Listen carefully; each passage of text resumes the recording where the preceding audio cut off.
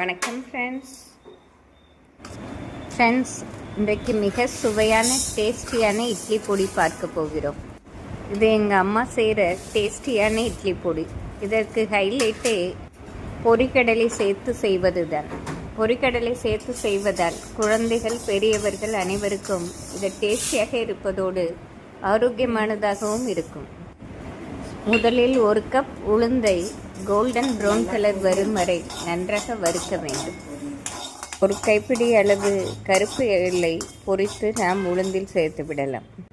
எள் நன்றாக பொரிய வேண்டும். 8 காய்ந்த மிளகாய் வறுக்க வேண்டும். காய்ந்த அவரவர் காரத்திற்கு ஏற்றாற்போல் காய்ந்த மிளகாய் அதிகமாகவும் போட்டுக்கொள்ளலாம். பின் சிறிது கறிவேப்பிலையை நன்றாக வறுத்து அதனுடன் பெருங்காயத்தூள், கல் உப்பு சேர்த்து நன்றாக வறுபடவும் நாம் அரைக்க பொரிக்கடலையை மிதமான சூட்டில் வறுத்து உளுந்துடன் சேர்த்து விடலாம். பொரிக்கடலை சேர்ப்பது மிக டேஸ்டியாக இருக்கும். பின் சிறிது கறிவேப்பிலையை நன்றாக வறுத்து அதனுடன் பெருங்காயத்தூள், கல் உப்பு சேர்த்து நன்றாக வறுபடவும் நாம் வறுத்த உளுந்துடன் சேர்த்து விடலாம். இவை அனைத்தும் நன்றாக ஆறவும் நாம் மிக்சி ஜாரில் போட்டு கரகரப்பாக அரைத்து எடுத்துக்கொள்ள வேண்டும்.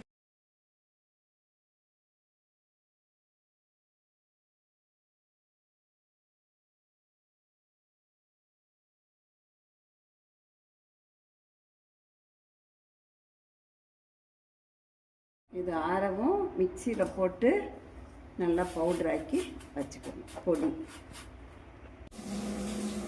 ஆறிச்சு மிக்சி ஜாரில் போட்டு அரைச்சிடுவோம்.